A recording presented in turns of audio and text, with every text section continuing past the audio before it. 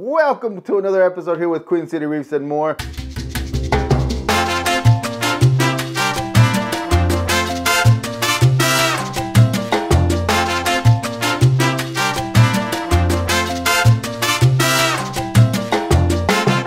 I want to start off by saying congratulations to the two winners for this last giveaway.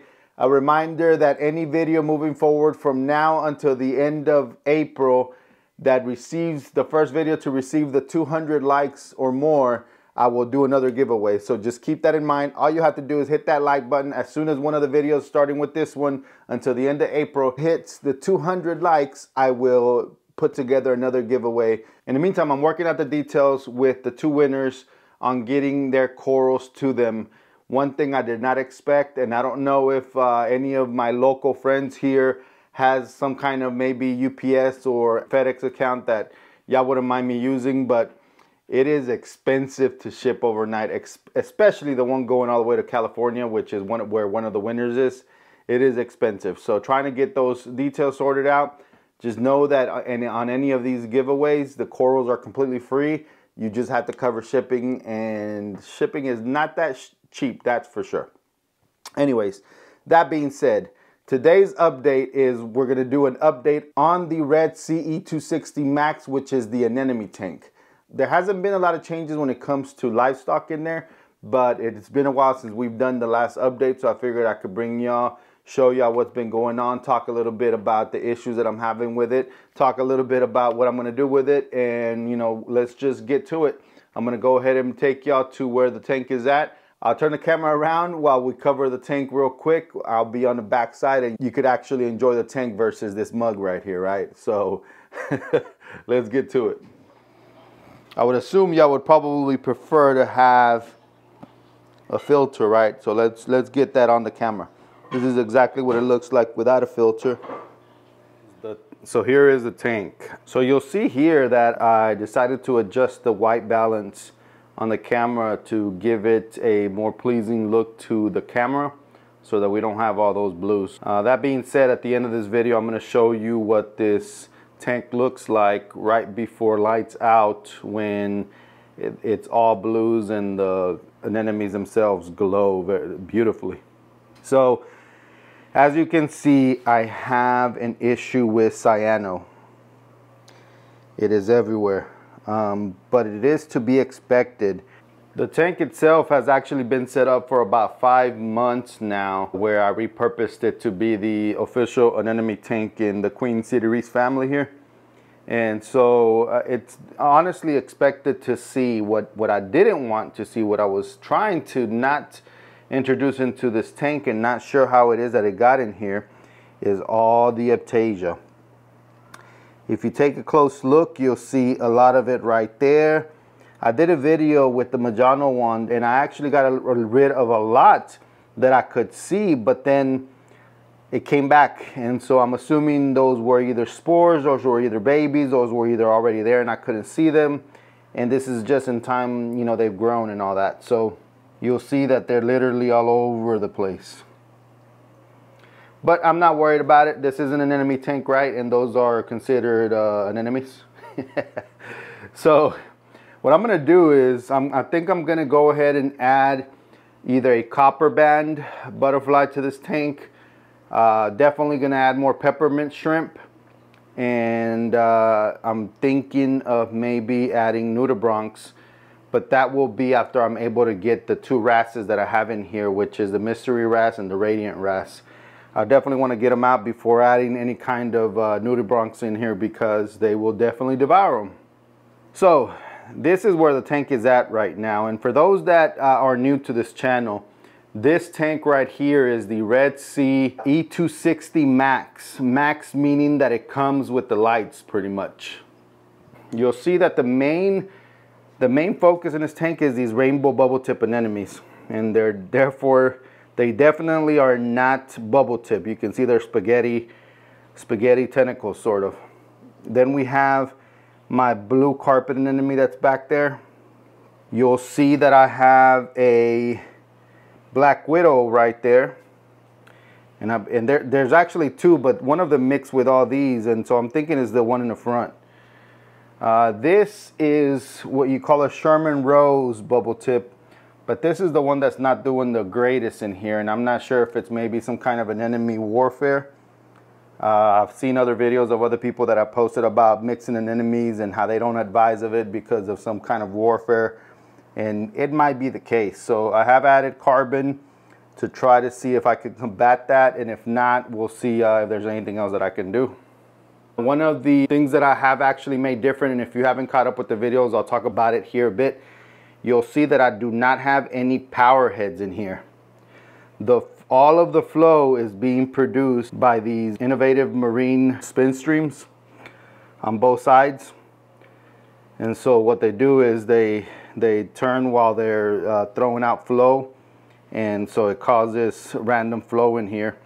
And to make them work, because the tank came with its own C-shape pumps, return pumps, but those were not strong enough to cause enough flow in here. So I actually upgraded the tank with I think 1 or 2 levels up of the C-shape pumps, you know, to where I actually ordered some and they did not fit in that compartment. So then I had to go 1 level down to make them fit in the compartment, and then that created enough. But I'm thinking, because as you can see, this one is barely moving, and then there is some, because this rainbow bubble tip has split like crazy, and there's a baby right here, it's barely moving.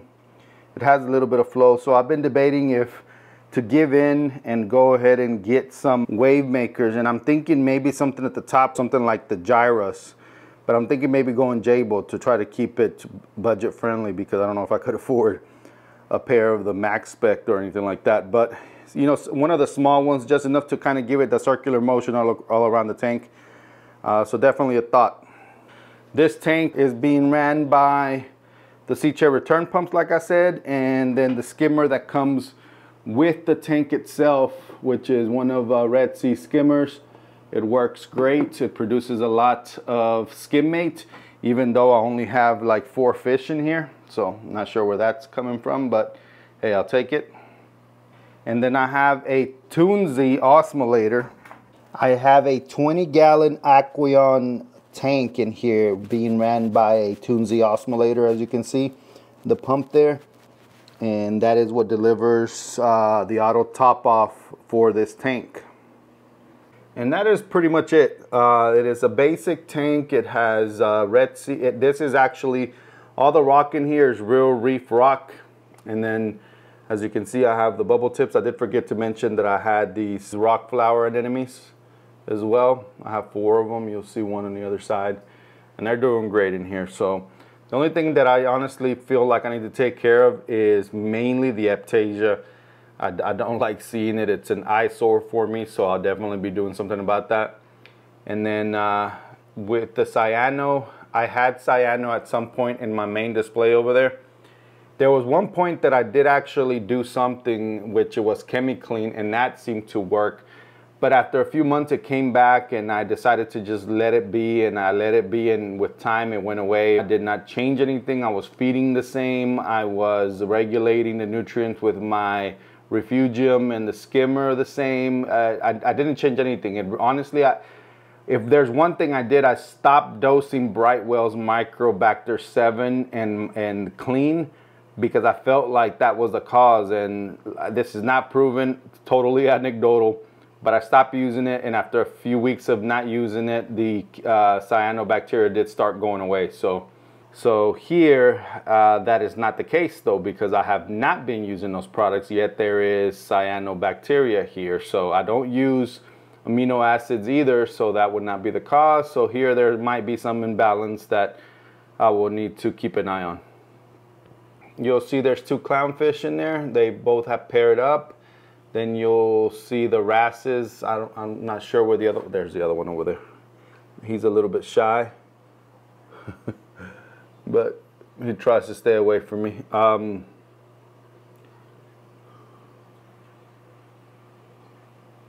love Radiant Wrasses, is one of my favorite wrasses, that's for sure. There you'll see the mystery wrasse.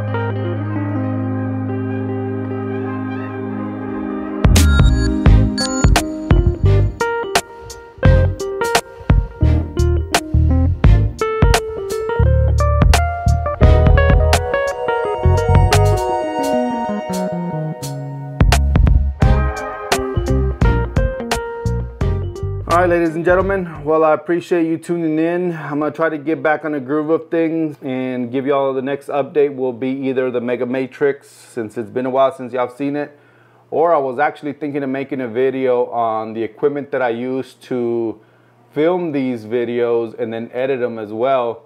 I don't know if people are interested to see what it is that I do to try to get these colors right here of the tanks without having to use a filter. Like right now, it is literally with no filter. I did not change the lighting. It has to do all with the white balance on your camera. Now keep in mind that this is a Sony camera, an actual full frame mirrorless camera that I'm able to get these settings with. And actually my phone, there is a pro setting on the phone that I am able to adjust the white balance, but it is not the same as what it looks like here. I have tried it though. Well, I truly appreciate everyone that has tuned in, that has watched till the end, that is going to subscribe right now. And make sure you hit that like button, leave a comment below, and I will catch you, ladies and gentlemen, on the next one.